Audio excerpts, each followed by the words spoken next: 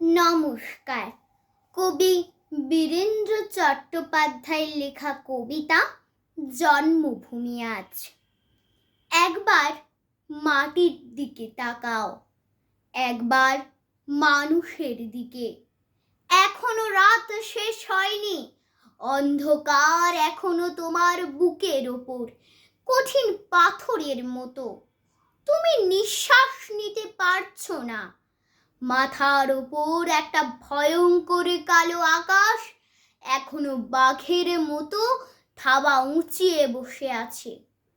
তুমি যেভাবেই পারো ওই পাথরটাকে সরিয়ে দাও, আর আকাশের ভয়ঙ্করকে শান্ত গলায় এই কথাটা জানিয়ে দাও, তুমি ভয় পাওনি।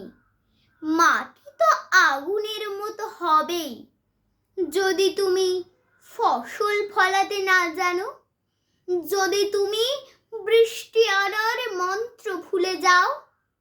তোমার স্বদেশ তাহলে মরুভূমি।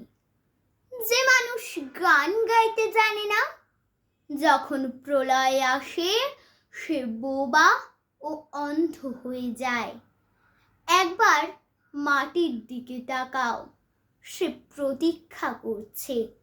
তুমি মানুষের হাত ধরো, সে কিছু বলতে চায়। নমস্কার।